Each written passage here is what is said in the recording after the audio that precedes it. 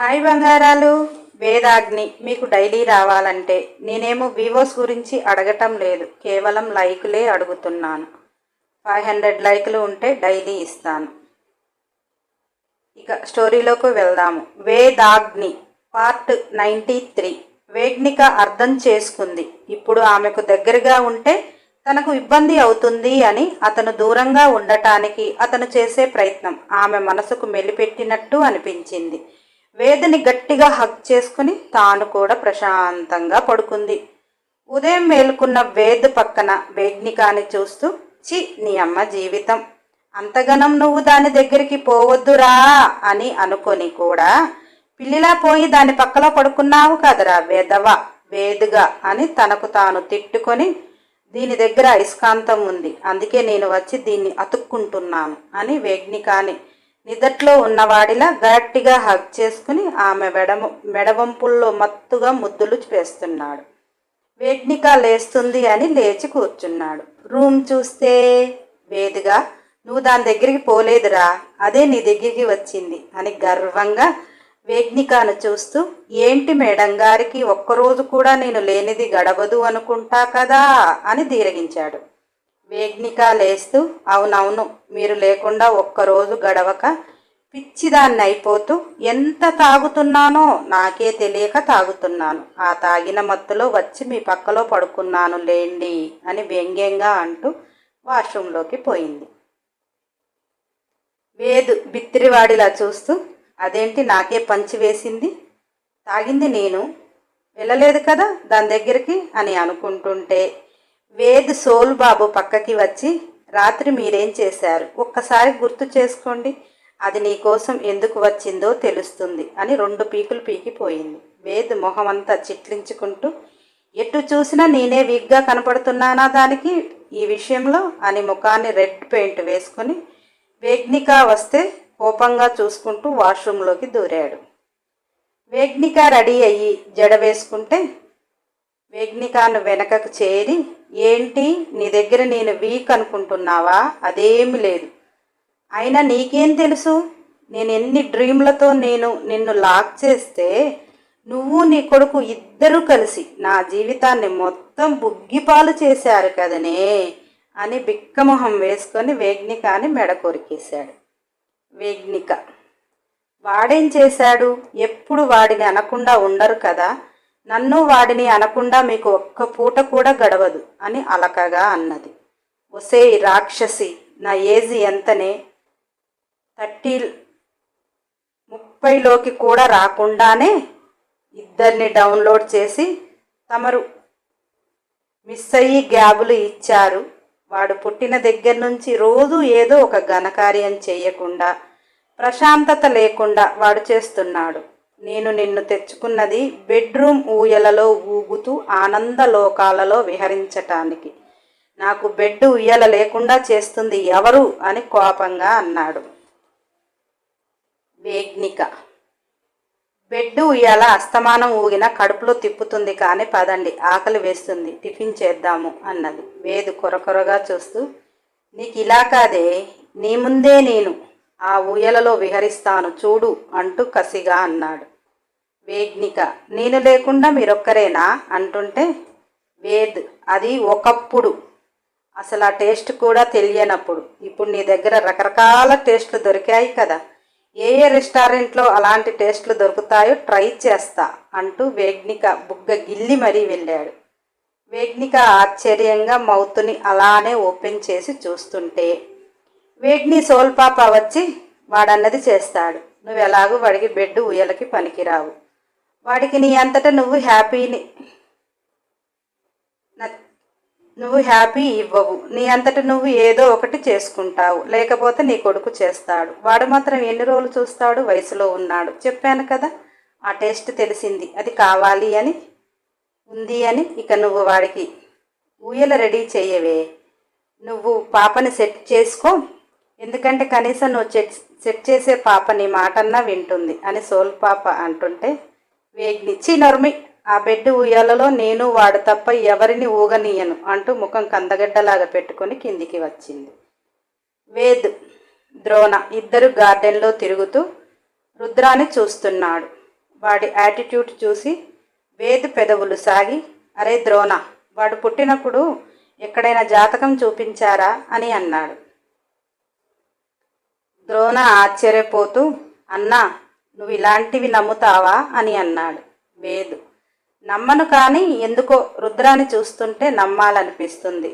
వాడు కృతిక మీ వదిన అన్నట్టు ఎవరిని ఇబ్బంది పెట్టాలని చూడడు, కానీ వాడు చేసే ప్రతి పని ఎవరికో ఒకరికి ఇబ్బంది పెడుతుంది. అంటే వాడి మనసు పాజిటివ్గా ఆలోచిస్తాడు, కానీ వాడు చేసే పని నెగిటివ్గా వస్తుంది. అందుకనే మంచి నమ్మకమైన మనిషి దగ్గర వాడి జాతకం చూపించరా అన్నాడు. ద్రోణ, చిన్నపిల్లగాడు కదా అన్నా, వాడేదో ఆకతాయిగా అలా చేస్తున్నాడు, తెలిసి చేయటం లేదులే అని అంటుంటే వేద్, లేదురా, వాడికి నిండా 5 సంవత్సరాలు. మీరందరూ వాడు చేసే డ్యాన్స్ మాత్రమే చూశారు. వన్ను, దాని వయసు ఎంత? వాడి కోసం గన్ను తెచ్చి ఇచ్చింది అంటే వాడి మాటలు ఏదో మాయ ఉన్నట్టే కదా అని అన్నాడు. ద్రోణ నవ్వుతూ, రుద్ర మరదలు పిల్లలు అని సరదాగా ఉంటాడు, అంతేకాని అన్నా, పాపం వాడికి మాయ మాటలు చెప్పే వయసా అన్నాడు. వేద్ ద్రోణ కళ్ళల్లోకి చూస్తూ, వాడి వయసుకు మాయ మాటలు చెప్పేది కాదు, కానీ వాడి గన్ను 6 బుల్లెట్లను కూడా మనుషులకు ఎవరికి టచ్ కాలేదు, డ్యాన్స్లో క్వాలిటీ మిస్ కాలేదు. వాడు గన్ను హ్యాండిల్ చేసిన విధానం చూసావా? నేను ఆ వయసులో నాన్న ప్రేమను మిస్ అయ్యి నాకు నేను ఎలా ఎదిగానో తెలుసు, కానీ వాడు నా ప్రేమను మిస్ అవ్వాలి అనుకోవటం లేదు. కానీ వాడికి నాకంటే ఎక్కువ టాలెంట్ కనపడుతుంది. మీరు వాడు చేస్తున్న పని వల్ల నేను చిరాకు పడుతున్నాను అనుకుంటున్నారు. నేను వాడు చేసే పనిని, దానివల్ల ఫలితాన్ని వాడు పాజిటివ్గా చేస్తుంటే నెగిటివ్గా ఎందుకు వస్తుంది అని కంట్రోల్ చేయటానికి ట్రై చేస్తున్నా, కానీ వాడిలో పవర్ కంట్రోల్ కాదు. అందుకే నాకు వాడి జాతకం కావాలి. ఏదేమైనా వాడొక డైమండ్, దాన్ని కాపాడుతూ నేను దానికి విలువ పెంచాలి. వాడిని నేను గుర్తించక జాగ్రత్త చేసుకోకపోతే వేరే ఎవరైనా గుర్తిస్తే తర్వాత మనం బాధపడతాము. అందుకే ఏదేమైనా మన జాగ్రత్తలో మనం ఉండాలి. నువ్వైతే చూపించు, ఎవరికి కూడా చెప్పకు అంటూ లోనికి వస్తుంటే గేట్ దగ్గర నేహ బ్యాగ్ తీసుకొని సెక్యూరిటీతో మాట్లాడుతుంది. లత వెళ్ళి రిసీవ్ చేసుకుంది. దేవ్ కనుబొమ్మలు ముడిచేస్తూ, ఈ కాంపౌండ్ వాల్లో కాంపౌండ్ వాల్లోకి కొత్త పర్సన్ రావాలి అంటే నా పిఏ, అది నేను పవర్ఫుల్ ఒక అబ్బాయిని చూడమన్నాను, మరి ఈ అమ్మాయి ఏంటి అని ఆలోచిస్తున్నాడు. లత నేహ ఇద్దరు వస్తుంటే సంజయ్ కూడా వాళ్ళకి ఎదురు వెళ్ళి నేహాను పలకరిస్తూ, సంజయ్ నేహాతో, మేము సెలెక్ట్ చేస్తే వాడు 99% ఓకే చేస్తాడు, కానీ ఆ 1% టాలెంట్ నువ్వు వాడి దగ్గర చూపించాలి. వాడికి ఆ ఒక్కటి నచ్చలేదు అంటే నిర్దాక్షిణ్యంగా రిజెక్ట్ చేస్తాడు. అందులో నువ్వు సెలెక్ట్ కాకుండానే బ్యాగ్ తెచ్చేసావు అని నవ్వుతూ అంటుంటే, నేహ, నాపై నాకంత కాన్ఫిడెంట్ ఉంది కాబట్టే బ్యాగుతో వచ్చిన నష్టం ఏముంది? ఆ 1% సెలెక్ట్ అయితే ఇక్కడే ఉంటాను కదా అంటూ ముగ్గురు వస్తున్నారు. ద్రోణ వేద్తో, నీకు పిఏగా సెలెక్ట్ చేశారు అనుకుంటా అనగానే వేద్ గన్ను రెడీ చెయ్యి అన్నాడు. ద్రోణ, ఆ 1% సెలెక్ట్ కాకపోతే కాల్చి పలేస్తాడు అనుకుంటా, పాపం అమ్మాయి చాలా అందంగా ఉంది అని చూసుకుంటూ లోనికి వెళ్ళాడు.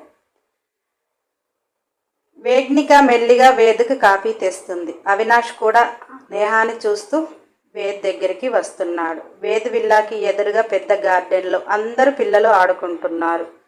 అవినాష్ వస్తుంటే ఆ పిల్లలు ఆడే బాల్ అవి చేతికి వస్తే పిల్లలను ముద్దు చేస్తూ బాల్ వాళ్ళకిచ్చి నవ్వుతూ వస్తున్నాడు. అందరూ సోఫాలో సెటిల్ అయ్యారు. నేహ తన బ్యాగ్ చంకనే ఉంది.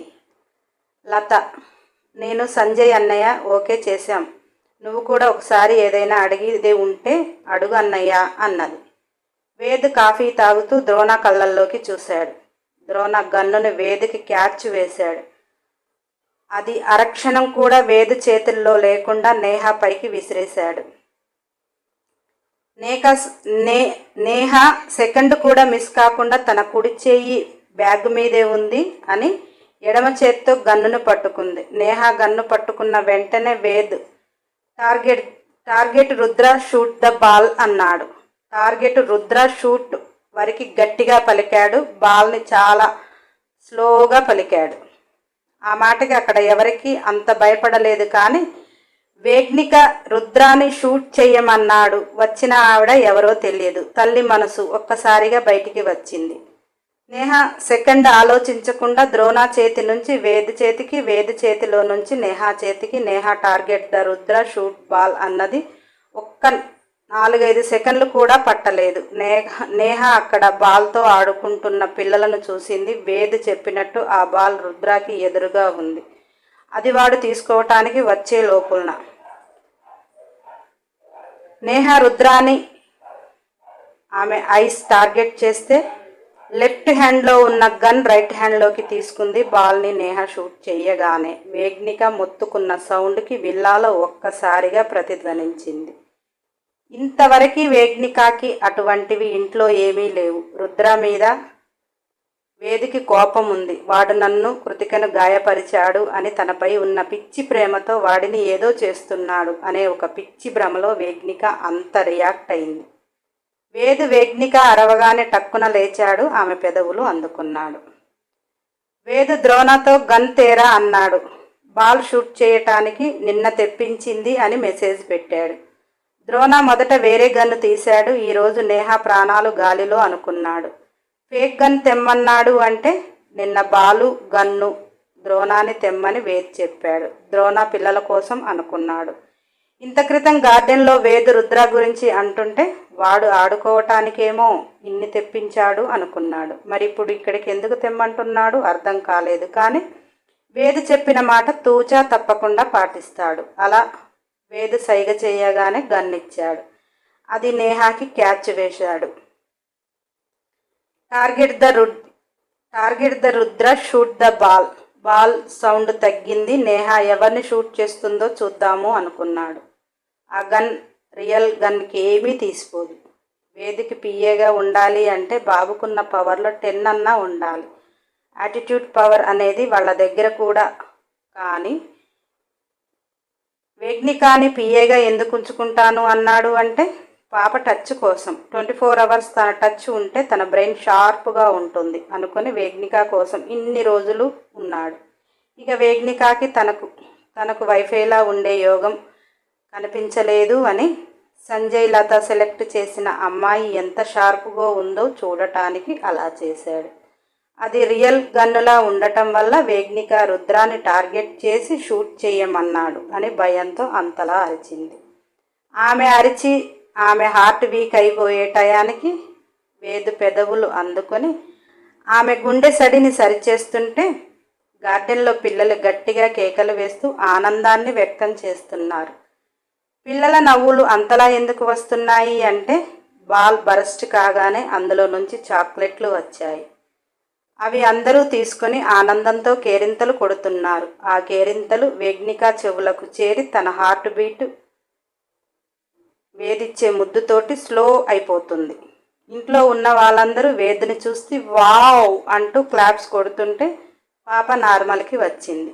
అక్కడ ఏమీ తను అనుకున్నది జరగలేదు అని ఒక్క నిమిషంలో వేగ్నికాకి టెన్షన్ పెట్టాడు. ఒక్క నిమిషంలో దాన్ని మొత్తం కూల్ చేశాడు. ఒక్క నిమిషంలో ప్రాణాలు పోయినంత పని అయినది. ఒక్క నిమిషంలో ప్రాణం తన దగ్గరికి వచ్చినది. ఈ ప్రాసెస్ మొత్తం కూడా 60 సెకండ్లలో జరిగింది. ఆ ప్రాసెస్ 60 సెకండ్లు జరిగింది. కానీ వేద్ బాబు 120 సెకండ్లు వేగ్నిక నుంచి పెదవుల్లో అమృతాన్ని జుర్రేశాడు. తన మొత్తం నార్మల్కి రాగానే ఆమె పెదవులు వదిలి ఆమె కళ్ళల్లోకి చూశాడు. వేగ్నిక కళ్ళల్లో భయంతో కూడిన కన్నీటిలో నుంచి శాంతంతో కూడిన ఆనంద బాష్పాలు రాలుతున్నాయి. వేద్ పెదవులు వదలగానే అతని కళ్ళల్లోకి చూస్తూ గార్డెన్లో రుద్రాన్ని చూసింది. వాడు ఆనందంగా ఆడుకుంటున్నాడు. ఆమె అనుకున్నది అక్కడ ఏమీ జరగలేదు. ఎవరు రియాక్ట్ అవ్వలేదు. నేనే అంతలా ఎందుకు రియాక్ట్ అయ్యాను అని కృతికని చూసింది. ఎందుకంటే కృతికకి రుద్ర అంటే ఎంత ప్రాణమో తెలుసు. కృతిక నవ్వుతుంది. ద్రోణ నవ్వుతూ కనిపించాడు. కృతికకి ద్రోణకి రుద్ర అంటే అసలు పంచ ప్రాణాలు. ఎవరు రియాక్ట్ కాకుండా నేనే ఇంతలా రియాక్ట్ అయ్యాను అని తనకు తానే సిగ్గుగా అనిపిస్తూ నేనేంటి ఇవన్నీ అర్థం చేసుకోలేకపోతున్నానా, లేక నాకు కనిపించే అతను ఇతను కాదా, ఇతని పిచ్చి ప్రేమ తెలుసు, వాడిని తిడుతున్నాడు అనుకుంటున్నాను, నన్ను ప్రేమిస్తున్నాడు అనుకుంటున్నాను, కానీ వాడికి కన్న తండ్రి అని ఏమో బాబు, ఇతనిని అర్థం చేసుకోవటం నాకు ఈ జన్మకి రాదు అని వేదు గుండెల్లో తలపెట్టేసింది. వేగ్నికకి ఈ జన్మకి వేదేంటో తెలియదు. పిఏని సెలెక్ట్ చేయటానికి అంత సైలెంట్గా కామెడీగా చూపించాడు. హాయ్ బంగారాలు, 100 లైకులు ఉంటే మీరు ఎన్ని అడిగితే అన్ని వీడియోస్ ఇస్తాను అన్నాను. 500 లైకులు ఉంటే డైలీ ఇస్తాను. 500 బిలో ఉంటే నాకు ఖాళీ దొరికితే ఇస్తాను. మీరిచ్చే లైకులే నా బాడీకి నా మైండ్కి బూస్ట్ ఎనర్జీ కదా. అందుకనే ఇచ్చే బంగారాలు ఇస్తున్నారు, వాళ్ళని అనటం లేదు. ఇవ్వని వాళ్ళు ఇస్తారని ఆశగా అడుగుతున్నాను. అందుకనే నెక్స్ట్ ఎపిసోడ్ కోసం సబ్స్క్రైబ్ చేయండి, లైక్ చేయండి, షేర్ చేయండి, కామెంట్ చేయండి. అన్ని ఎపిసోడ్ల కోసం బెల్ ఐకాన్ టచ్ చేయండి.